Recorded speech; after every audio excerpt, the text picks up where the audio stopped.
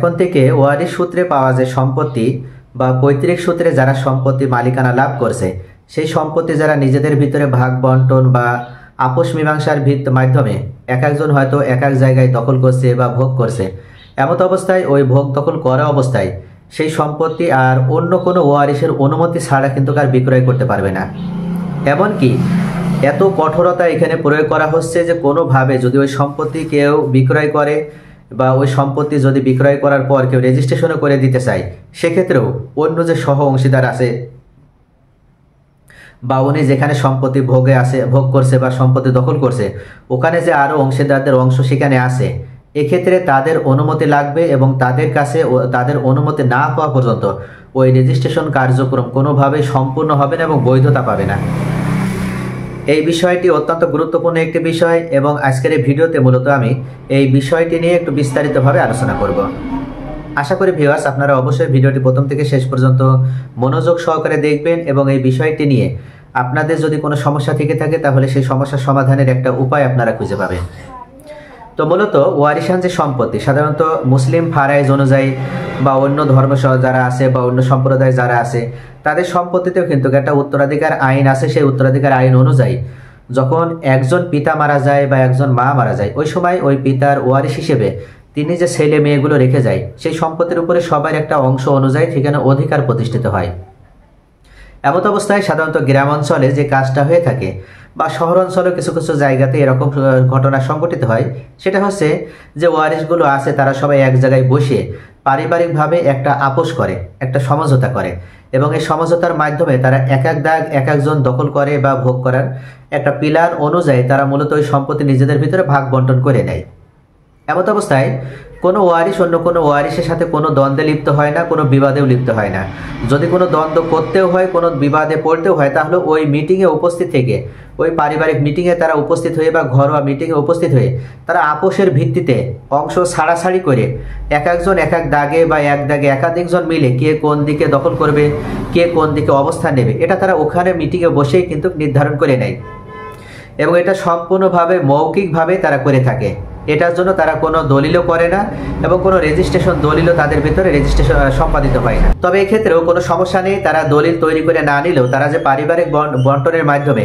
যে যে জায়গায় ভোগ দখল করছে বা আপনার হচ্ছে চাষাবাদ করছে বা বাড়িঘর তৈরি করছে বা বিভিন্ন ব্যবসায়িক প্রতিষ্ঠান গড়ে তুলছে, তাতেও কোনো সমস্যা হয় না। কিন্তু বর্তমানে আসলে জমির মূল্য বৃদ্ধি হওয়ার কারণে যত সমস্যা তৈরি হচ্ছে, কেননা পূর্বে এ ধরনের যুগ যুগ ধরে পূর্ব থেকেই পারিবারিকভাবে এভাবে বন্টনের মাধ্যমে সম্পত্তি এক একজন ভোগ দখল করে থাকে, সেখানে কোনো ধরনের অসুবিধা হয়নি। পূর্বে সম্পত্তির মূল্য ছিল কম, কিন্তু বর্তমানে সম্পত্তির মূল্য বেশি হয়েছে। অথবা এমনও হতে পারে সম্পত্তি বন্টন হয়ে যাওয়ার সময় সম্পত্তির মূল্য ছিল একরকম, কিন্তু 10 বছর 20 বছর পরে যে দেখা যাচ্ছে যে সম্পত্তির মূল্য ওই সময় কম ছিল, পরবর্তীতে ওই সম্পত্তির মূল্য হয়তো বেশি হয়ে গিয়েছে। এটা হতে পারে তার সম্পত্তির জমির পাশ দিয়ে কোনো রাস্তা হয়ে গিয়েছে বা আশেপাশে কোনো শিল্প কারখানা প্রতিষ্ঠিত হয়েছে বা কোনো প্রতিষ্ঠান তৈরি হয়েছে, যার কারণে এ ধরনের ঘটনা হতে পারে। এক্ষেত্রে যেমন আমি রাজশাহীতে দেখেছি, খড়খড়ি বাইপাসের পাশে যখন একটা বিশ্ববিদ্যালয় তৈরি হচ্ছে, সেই সময় ওখানকার জমি সাধারণত একেবারে নামমাত্র মূল্যে বেচতে চাইলেও কেউ নিতে চাইতো না। কিন্তু যখনই ওই বিশ্ববিদ্যালয়ের ওখানে ক্যাম্পাস তৈরি হলো বা ওখানে উদ্বোধন হলো বা তৈরির কার্যক্রম শুরু হলো, তখন দেখা গেল যে ওই সম্পত্তি মানুষ কিনতে চেয়েও আর কিনতে পারছে না, মানে আকাশচুম্বী দাম হয়ে গেল। আর বিক্রয় করার মতন কোনো লোকও পাওয়া গেল না, মাত্র সম্পত্তি বিক্রয় হয়ে গেছে। কেউ বিক্রয়ের কথা বললে সাথে সাথে 10 জন সেখানে হাজির হয়ে যাচ্ছে সম্পত্তি ক্রয়ের জন্য। তো মূলত এভাবে সম্পত্তির মূল্য কিন্তু ওঠানামা করে বা আপ ডাউন হয়। এমত অবস্থায় কোনো ব্যক্তির সম্পত্তি যদি পরবর্তীতে মূল্য বেশি হয়ে যায়, সেক্ষেত্রে দেখা যায় যে অন্য যার ওয়ারিশদের ভিতরে ওরা যখন একটা আপোষের ভিত্তিতে জমিটি বন্টন করেছিল, ওই সময় যে ব্যক্তি অন্য জায়গায় আপনার দখলে নিয়েছিল, সে আবার তার অংশ এখানে আছে বলে সেখান থেকে অংশ সে ছেড়ে দিয়ে এখান থেকে আবার তার অংশ সে বের করে নিতে চাচ্ছে, শুধু স্বার্থের কারণে। কেননা ওই সম্পত্তি থেকে এখন এই সম্পত্তির মূল্য বেশি হয়ে গেছে, তাই সে স্বার্থের কারণে লোভের বশবর্তী হয়ে এই সম্পত্তি থেকে তার যে অংশটা আছে সেটা সে বের করে নিতে চাচ্ছে।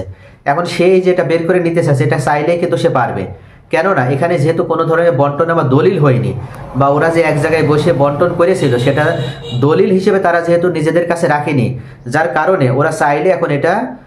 ওলট পালট আবার করে নিতে পারবে। কেননা পৈতৃক সম্পত্তির প্রত্যেকটা জায়গাতে প্রতিটা ইঞ্চিতে সবারই অংশ আছে। এমত অবস্থায়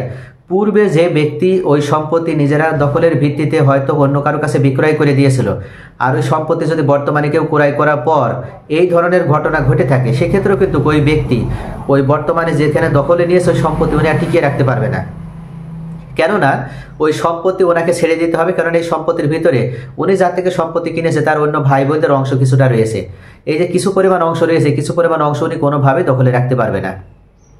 যার কারণেই মূলত এই নিয়মটি চালু করা হয়েছে। অর্থাৎ এখন থেকে ওয়ারিশ সূত্রে যে সম্পত্তিগুলোর মালিক যারা হয় বা পৈতৃক সূত্রে পাওয়া সম্পত্তির উপরে যাদের মালিকানা সত্ত্ব তৈরি হয়, তারা নিজেদের ভিতরে যদি বন্টন বা দলিল তৈরি করে না নেয়, যদি এভাবে জাস্ট পারিবারিক বন্টনের মাধ্যমে বা আপোষ মীমাংসার মাধ্যমে যদি তারা সম্পত্তি ভোগ দখল করে, আর যে যেখানে দখল করছে সে যদি সেই সম্পত্তি বিক্রয় করতে চায়, তাহলে যে ব্যক্তি ক্রয় করছে তাকে যেন ভবিষ্যতে কোনো ধরনের সমস্যার মুখোমুখি হতে না হয়, সেই কারণেই মূলত ওই সম্পত্তির ভিতরে যাদের অংশ রয়েছে বা আরও যারা সহ অংশীদার আছে বা ওই খতিয়ানের অন্তর্ভুক্ত যারা আরও সহ অংশীদার আছে, তাদেরকে ইনফর্ম করতে হবে এবং তাদের থেকে অনুমতি নিতে হবে। যদি তারা অনুমতি প্রদান করে তবে অবশ্যই সেটা দালিলিক অনুমতি হতে হবে। আর এক্ষেত্রে দালিলিক অনুমতি নেওয়ার কোনো সুযোগ না থাকলে তাদের উপস্থিতিতে ওই দলিল তৈরি করতে হবে এবং তারাও দলিল তৈরি করে দিবে। এক্ষেত্রে বিক্রেতা হিসেবে তারা সবাই সেখানে দলিল তৈরি করে দেবে। আর তারা নিজেদের ভিতরে যে পারিবারিকভাবে সম্পত্তি ভাগাভাগি করেছিল, সেখানে তারা আবার নিজেরা একে অন্যের সাথে সেটা ওই সম্পত্তি তারা হিসাব করে নেবে এবং সঠিকভাবে আবার তারা ভাগ করে নেবে।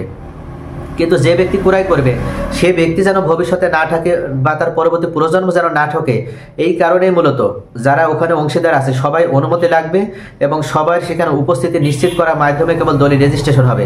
নতুবা দলিল রেজিস্ট্রেশন হবে না। আর যদি দলিল রেজিস্ট্রেশন হয়েও থাকে, সেক্ষেত্রে দলিল রেজিস্ট্রেশনের দিনই ওই সম্পত্তির ভিতরে আরও যে অন্য অংশীদারেরা আছে, আরও যে অন্য সহ অংশীদাররা আছে, তাদের কাছে একটি চিঠি পাঠানো হবে এবং এক্ষেত্রে এই চিঠিটি প্রেরণ করবে সাব রেজিস্ট্রার মহোদয়। অর্থাৎ উনি যার কাছে ওই চিঠিটি পাঠাবে তিনি ওই খতিয়ানের অংশীদার, তিনি ওই খতিয়ানের অন্যতম মালিক বা অন্যতম ওই সম্পত্তির দাবিদার হওয়ার কারণে তিনার অংশ থেকে যেহেতু কিছু সম্পত্তি বিক্রয় হয়ে যাচ্ছে বা তিনার জমির পাশ থেকে একটি জমি বিক্রয় হয়ে যাচ্ছে, যে জমি আগে এক দাগ ছিল এখন পরবর্তীতে তারা ভাগাভাগি করে দাগ সৃজন করেছে, এরকমও যদি হয় তাহলেও মূলত তাদেরকে চিঠি পাঠানো হচ্ছে এবং চিঠিতে উল্লেখ করা হচ্ছে যে আপনার এই সম্পত্তি আপনার ভাই বিক্রয় করছে বা আপনার বোন বিক্রয় করছে, আপনি বিষয়টি জানেন কিনা। যদি আপনি জানেন তাহলে সেক্ষেত্রে আপনি অনুমতি প্রদান করে এটার একটা রিটার্ন কপি অবশ্যই আপনি এই মোহরের মাধ্যমে ফেরত পাঠাবেন। আগামী 3 মাসের ভিতরে, অর্থাৎ যেদিন দলিল রেজিস্ট্রেশন হয়েছে এই দলিল রেজিস্ট্রেশন হওয়ার 3 মাসের ভিতরে ওনাকে এই মেসেজ হচ্ছে রিটার্ন মেসেজ পাঠানোর সুযোগ দেওয়া হয়। উনি যদি এটার ক্ষেত্রে রাজি থাকে তাহলে অবশ্যই উনি একটা পজিটিভ মেসেজ পাঠাবেন বা ওটাতে উনি সাক্ষ্য দেবেন, অথবা উনি মেসেজ পাঠাবেন না, অথবা উনি ওখানে কোনো চিঠি পাঠাবেন না। আর যদি উনি এই সম্পত্তি বিক্রয়ের সাথে যদি এগ্রি না হয়, যদি উনি সম্মত না থাকে বা যে সম্পত্তি বিক্রয় হয়ে গেছে এই সম্পত্তি যদি উনি ফেরত পেতে চায় বা এই সম্পত্তি যদি উনি নিতে চায়, সেক্ষেত্রে উনি চাইলেই কিন্তু আবার সাথে সাথে ওই চিঠি পেয়ে উনি ওই চিঠি সাথে করে নিয়ে যে সাব রেজিস্ট্রারের কাছে যদি উনি প্রিয়ামশনের মামলা করে বা প্রিয়ামশনের জন্য আপত্তি করে বা সম্পত্তি যদি রিটার্ন চাই, সেক্ষেত্রে যে ব্যক্তি ওই সম্পত্তি ক্রয় করছে তিনি ওই সম্পত্তি আর ধরে রাখতে পারবে না। যে ব্যক্তি চাইবে তাকে ওই সম্পত্তি তার কাছে দিয়ে দেওয়া হবে এবং যে মূল্য, অর্থাৎ দলিলে যে মূল্য উল্লেখ করা হয়েছে সেই দলিলের মূল্য যে পরিমাণ টাকা সেখানে লেখা হয়েছে সেই পরিমাণ টাকা যে ব্যক্তি ক্রয় করেছিল তাকে আবার ফেরত দিয়ে দেওয়া হবে। এক্ষেত্রে কিন্তু বেশ জটিলতা আছে ভিউয়ার্স। আসলে জটিলতাটা এরকম, যে ব্যক্তি জমিটি ক্রয় করেছিল অনেক সময় দেখা যায় যে উনি সরকারের রাজস্ব ফাঁকি দেওয়ার জন্য বা সরকারের কর ফাঁকি দেওয়ার জন্য অনেক সময় জমির যে মূল্য সেই মূল্য সঠিকভাবে উনি না লিখে জাস্ট মৌজা রেট অনুযায়ী ওখানে একটা মূল্য লিখে দেয়। আর এই ক্ষেত্রে এই সকল ব্যক্তিদের ক্ষেত্রে যদি এই ধরনের কোনো ঘটনা সংঘটিত হয় তাহলে পরবর্তীতে দেখা যায় যে মৌজা রেট অনুযায়ী যে মূল্যটা ওখানে বসানো আছে ওই মূল্য পরিশোধ করলেই ওই যে সহ অংশীদার ছিল উনি ওনার অংশ ফেরত পাবে বা ওনার সম্পত্তি ফেরত পাচ্ছে। এমত অবস্থায় যে আরও বাড়তি টাকা দিয়ে উনি জমিটা ক্রয় করেছিল এই বাড়তি টাকার কিন্তু কোনো খোঁজ হবে না, ওই ব্যক্তি চাইলেও আর ওই বাড়তি টাকা উনি কিন্তু ফেরত নিতে পারবে না। কেননা উনি নিজে উপস্থিত থেকেই তো জমির মূল্য ওখানে দলিলে যেটা উল্লেখ করেছে সেই পরিমাণই কোর্ট থেকে বা ওই সাব রেজিস্ট্রার মহোদয় ওনাকে ফিরিয়ে দিবে। এই কারণে মূলত যদি সহ অংশীদারের কোনো জমি ক্রয় করতে হয় সেক্ষেত্রে অবশ্যই সতর্কতার মাধ্যমে জমি ক্রয় করতে হবে এবং বর্তমানে বন্টনামা দলিল দেখে জমি ক্রয় করতে পারলে একেবারে নিশ্চিন্ত হওয়া যাবে। আর যদি বন্টনামা দলিল না থাকে তাহলে সহ অংশীদার হিসেবে যারা আছে তাদের সবাইকে সেখানে উপস্থিত করার মাধ্যমে দলিল তৈরি করে নিতে হবে, তবেই কেবল আপনি সেফ থাকতে পারবেন। বর্তমানে যে স্বচ্ছতার নিয়ম চালু হয়েছে যে সহ অংশীদারদের সাব রেজিস্ট্রার থেকে ইনফর্ম করা হচ্ছে, এই ইনফর্ম করার বিষয়টি এখন যেহেতু চলে এসেছে, এমত অবস্থায় কোনোভাবেই আপনি অন্য কোনো অংশীদারদের ফাঁকি দিয়ে ওই সম্পত্তি যেমন বিক্রয় করতে পারবেন না, আর আপনি যে ব্যক্তি ক্রয় করবেন আপনি ক্রয়কারী হিসেবে ওই সম্পত্তি ক্রয় করতে পারবেন না। যদি ক্রয় করেও থাকেন তাহলে পরবর্তীতে সহ অংশীদাররা জানলে তারা যদি মনে করে সম্পত্তি রিটার্ন নেবে, তাহলে তারা চাইলেই খুব ভালোভাবে সম্পত্তি রিটার্ন নিতে পারবে।